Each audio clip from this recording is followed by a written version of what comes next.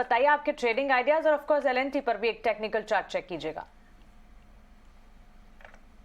जी, तो मेरा जो पहला स्टॉक है वो एक लॉन्ग टर्म व्यू के साथ है। 2 महीने पहले हमने विंध्या टेली का एक रिकमेंडेशन दिया था 1770 के भाव पे।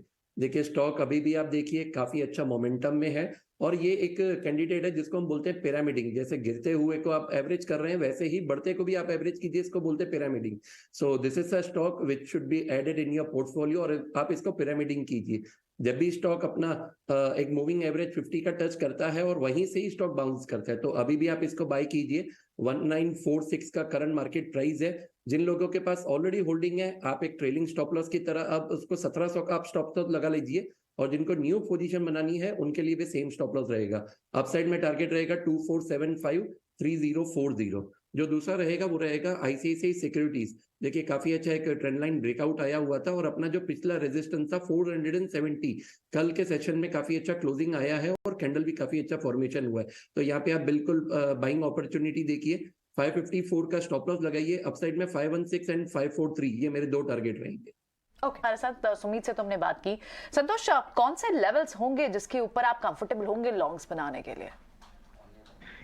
First of all good morning everyone. ये निफ्टी की बात करें तो एक 18,200 से 250 के बीच में थोड़ा सा स्ट्रगल कर रहा है, उसके ऊपर टिका हुआ है। लेकिन हो सकता है आज के दिन भी मुझे लगता है कंसोलिडेशन देखने को मिले, क्योंकि over the night 2 important events है। एक तो एग्जिट पोल के रिजल्ट्स आएंगे और यूएस के सीपीआई इन्फ्लेशन नंबर आएंगे, तो हो सकता है आज भी कंसोलिडेशन का दिन देखने को मिले। लेकिन 18,200 एक इंपॉर्टेंट सपोर्ट लेवल रहेगा, वहाँ हमने पिछले 2 दिनों में पुट राइटिंग जरूर देखी थी।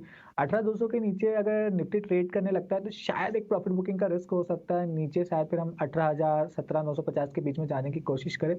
लेकिन 18,250 के ऊपर टिकता है तो जो टारगेट आ रहा है निफ्टी का 18,440 का आ रहा है, तो मुझे लगता है 18,440 तक जाना चाहिए और 18,440 क्रॉस करता है तो 18,600 का नेक्स्ट टारगेट लेवल रहेगा। तो आज का दिन हो सकता है कंसोलिडेशन का दिन रहे, लेकिन अगर कोई ट्रेड लेना चाहता है तो 18,200 के नीचे का स्टॉप लॉस लगा के ट्रेड लिया जा सकता है। बैंक निफ्टी 43,500 के लेवल के ऊपर टिकने में थोड़ा सा स्ट्रगल कर रहा है। कल के सेशन में भी वहीं से एक सेलिंग प्रेशर आया और एक्सपायरी वाले दिन भी उसी लेवल से सेलिंग प्रेशर आया था इसमें।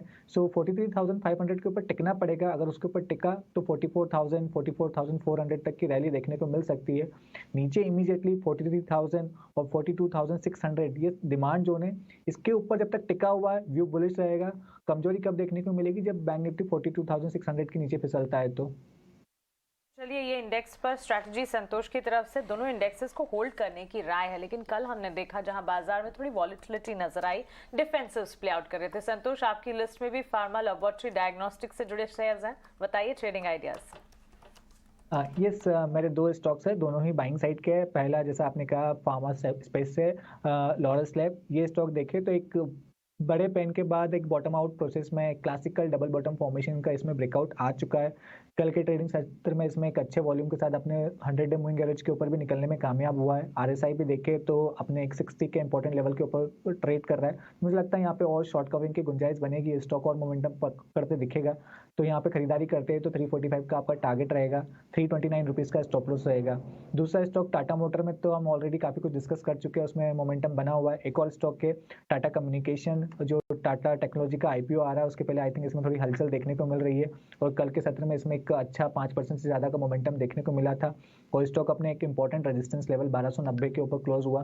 मुझे लगता है ये आज के सत्र में और मोमेंटम पकड़ते दिखेगा, ये तेजी और एक्सटेंड हो सकती है, तो यहाँ पे खरीदारी करना चाहिए। 1350 का टारगेट रहेगा, 1269 रुपए का स्टॉप लॉस रहेगा। पर कुश बोरा भी जुड़ गए हैं, कुश का स्वागत करते हैं। गुड मॉर्निंग कुश, बताएं स्ट्रैटेजी क्या बना रहे हैं और साथ ही ट्रेडिंग आइडिया स्टॉक्स कौन से आपके रेडार पर? जी हाँ Mansi, very good morning to you. सारे दर्शकों को और सारे पैनलिस्ट को भी वेरी गुड मॉर्निंग। वेल देखिए, इंडेक्स पे स्ट्रैटेजी सिंपल है। एग्जिस्टिंग पोजीशंस जो है इन्हें राइड करेंगे, फ्रेश पोजीशंस जो है थोड़ा और डिप्स का वेट करेंगे बाय करने के लिए। निफ्टी अगर 18,100 18,150 के आसपास मिलता है तब, बैंक निफ्टी अगर हमें 42,500 के जोन्स के आसपास मिलता है तब, क्योंकि यहाँ से थोड़ी सी ओवर हीटिंग है और अगर मैं कॉल डेटा देखूँ तो 18,300 एंड 43,500 के आसपास अच्छा खासा कॉल बेस है। तो यहाँ पे निफ्टी बैंक निफ्टी पे फिलहाल होल्ड की राय रहेगी। डिप्स मिले तो बेशक बाय करके चलें। जहां तक स्टॉक स्पेसिफिक एक्शन की बात है, मेरे 2 कॉल्स हैं, दोनों ही कैश सेगमेंट से हैं। पहला है कजारिया सीमेंट्स। स्टॉक में हमने एक अच्छा खासा अपमूव देखा है फॉर द लास्ट 8-10 सेशंस। कल भी हमने एक डिसेंटली वॉल्यूम बैक अपस्विंग इस स्टॉक में आते हुए देखा है। मोमेंटम अच्छा है, मोमेंटम इंडिकेटर सेटअप अच्छा है। यहाँ पे आप 1220 के इमीडिएट टारगेट के लिए बाय कर सकते हैं। 1150 ये आपके स्टॉप लॉस रहेंगे। जो मेरा दूसरा स्टॉक है दैट इज टिमकेन।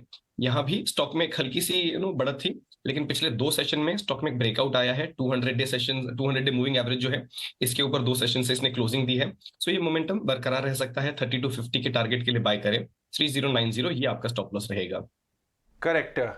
कुछ टिमकेन आपका काफ़ी बढ़िया स्टॉक पिक है। मैं आपको बताऊं कि अगर आप देखें कि ये यही भाव से 3200 के आसपास के भाव से एक करेक्टिव फेज में चला गया था। इसमें एक फंड सेलिंग थी, लेकिन और सेलिंग इतनी ज़्यादा थी कि इनकी कॉल्स में बहुत अच्छी कमेंट्री, टाटा ग्रुप बैक्ड है, एक्सपेंशन सब कुछ आने के बाद भी स्टॉक रिएक्ट नहीं करता। फिर वहाँ से घूमना शुरू हुआ ये 2800 के भाव से वापस 3150, और अब लग रहा है कि ये वापस अपने 3200 के जो लेवल्स थे इसके रीसेंट हाइज, उस डायरेक्शन में जाएगा ये। और अब आपकी कॉल भी आ रही है। हमारे साथ कुणाल बूथरा भी बने हुए हैं, उनकी भी रिकमेंडेशन लेते हैं। कुणाल, मॉर्निंग, आपके रिकमेंडेशन कहाँ है, किन स्पेसेस में है?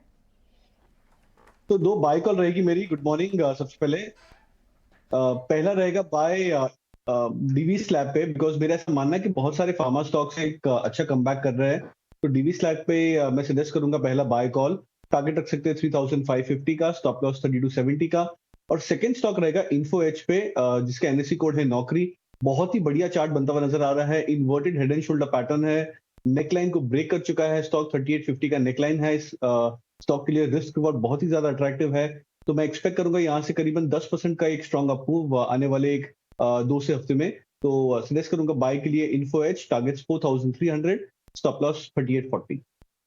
ठीक है, ऑल राइट। तो ये 2 रिकमेंडेशन, डिविस लैब और इन्फो एज। शुक्रिया कुणाल। डिविस लैब, इनफैक्ट आज डॉक्टर रेड्डीज के नंबर्स भी आने हैं, देखना होगा कि नंबर्स कैसे आते हैं स्पेस से। बिग कंपनीज के अब जब नंबर शुरू आने, फार्मा में आप मिड कैप में ल्यूपिन के तो देख रहे हैं, लार्ज कैप में डॉक्टर रेड्डीज के अब कैसे नंबर आ जाते हैं, और डिविस पर नजर कुणाल की है।